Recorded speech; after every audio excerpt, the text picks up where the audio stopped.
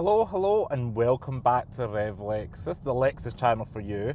Today I'm Thomas, I'm always Thomas, and I am going to be giving you a quick look and update on the Lexus LC 500H.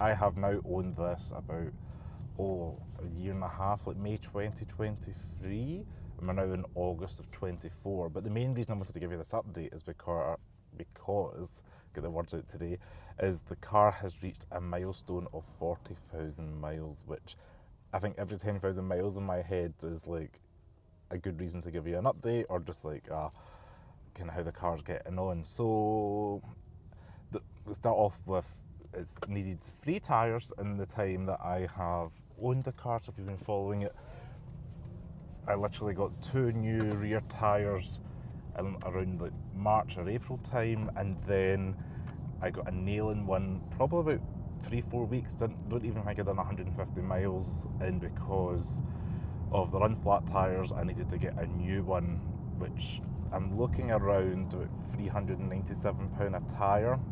They are the Bridgestone Alezas, I think. I can't remember what they were called. I always think Alteza, but that's the Toyota, that's like the Lexus IS from the 90s. But yeah, needed those tyres. It's had one service so far. The next service will probably be it's about 7,000 miles it's due, so probably that will coincide with like January or February of 2025, which I can't believe I'm saying that already.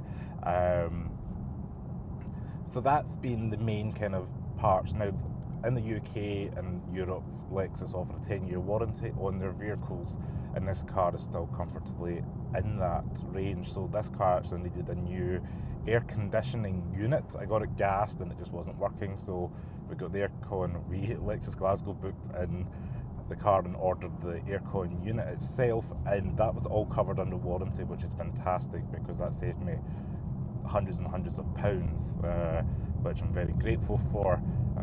So that was that was really good, and I've enjoyed the cold air on the couple of days that we've actually managed to get temperatures above, well, it's 15 degrees today. So yeah, it's quite good just to have that, and that's under warranty. So that's a nice thing to have, peace of mind, when you're looking at buying a car. Maybe you are watching this and you're curious what it's like.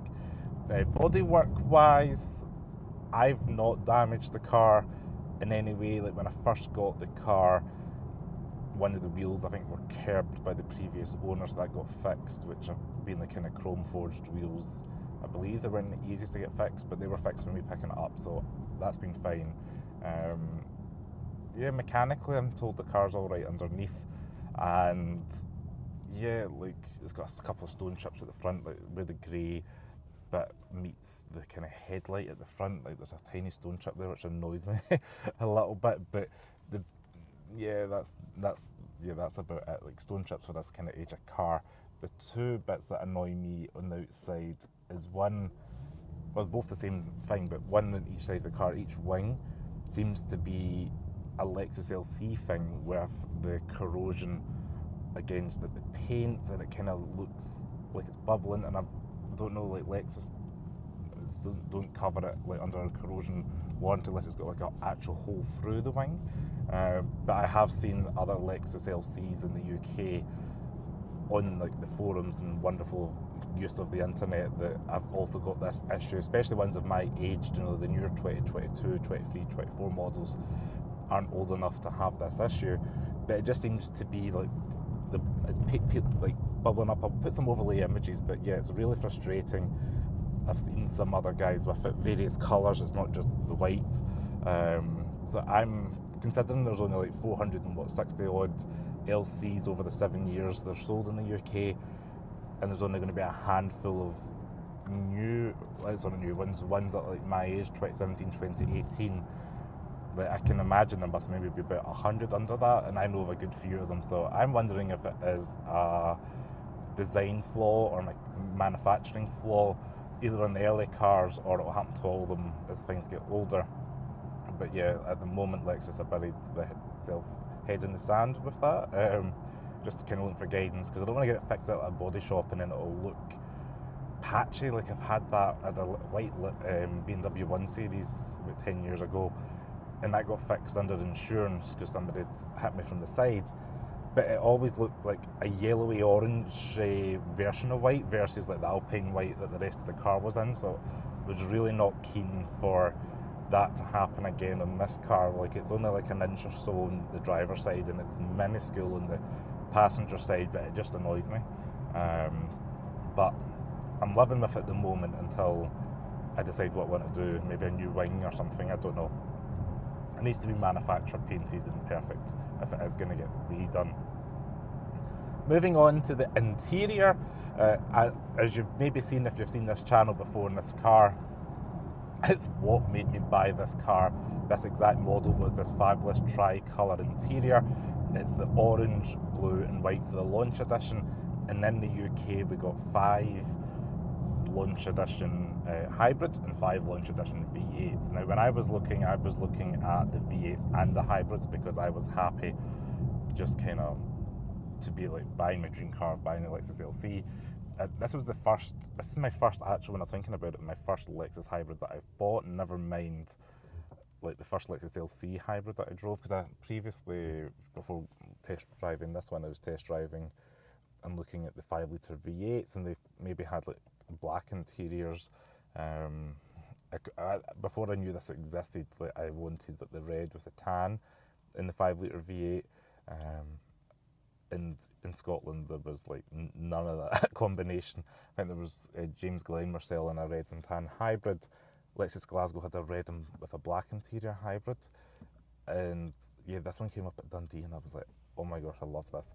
So I went to drive it and I was like, do you know, we just know the car's for you straight away, and that was it. Like I was like, I need this car. So really happy with the interior, and you know, coming from the V8 and SE430, I wasn't missing it so much. This car's really smooth, and you know, if you're watching from America, our petrol or your gas is not as cheap. You know, I've seen it in Twitter or X that people are paying like $3 a gallon, whereas we're paying like £1.70 a litre for some petrol. So that works out to like maybe $8 or so a gallon. So yeah, like I do appreciate not having to spend like £100 every 4 days in petrol, which is really good. Don't get me wrong, if I had a second car which was an LC, I'd probably go for the 5-litre just for like weekends and stuff. But yeah, this is perfect for every day.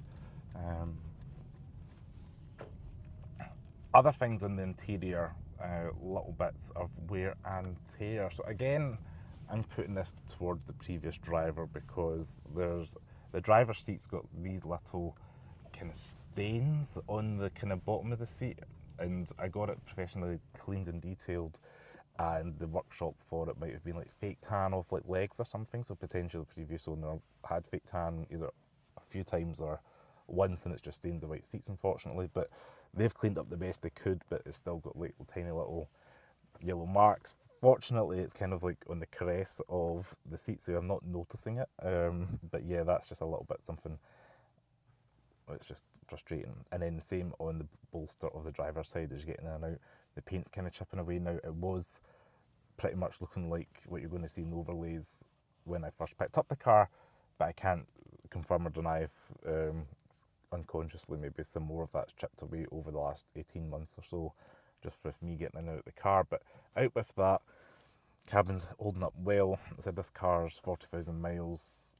It's a mid to late 2017 car. I can't remember the exact because I bought it and it was from Lexus Belfast, so they had the different registration plates. I can't even remember off my head if it's a mid or a late 2017 car, but it's in that kind of period, which is fine, just for anybody curious. But yeah, I'm rambling on a little bit, we're almost at 10 minutes, but I just wanted to kind of show you and give you an update on the car. Still going well. I did drive it to Derby recently. Last year I took it to Goodwood, which was like 1,000 miles in 3 days, which was just nuts. Car handled it well. The adaptive cruise control is just fantastic. It's so comfortable on long trips, you know, especially like these 21-inch wheels. You might think it's going to be a firm ride, but no, it's really comfortable, and that is like, which is a nice little like, kind of thing to enjoy, because you can just do those miles without feeling like the backache and things. Like last year I drove to Derby in the Toyota IQ and you felt every mile, especially because I didn't have cruise control, but just it was noisy and light and tinny, and you know it's not really designed for like a 6 hour, whatever it was, 300-mile drive. And that's another thing, because the tank's quite big in this. I think it's like 515 miles on a full tank. So I managed to get there and still had just under half a tank. Filled it up maybe for like £30 or something in. And I've been driving around since I came back, and I've got about 123 miles of petrol left. So yeah, it's a good range as well on the car. But yeah, hopefully you all enjoyed this 40,000 mile update. If you want to know anything in particular about the car, drop a comment below, and make sure to like and subscribe to Rev Lexus. I'm trying to grow this channel, which would be fantastic, so share with your friends or anybody you know that are into Lexus.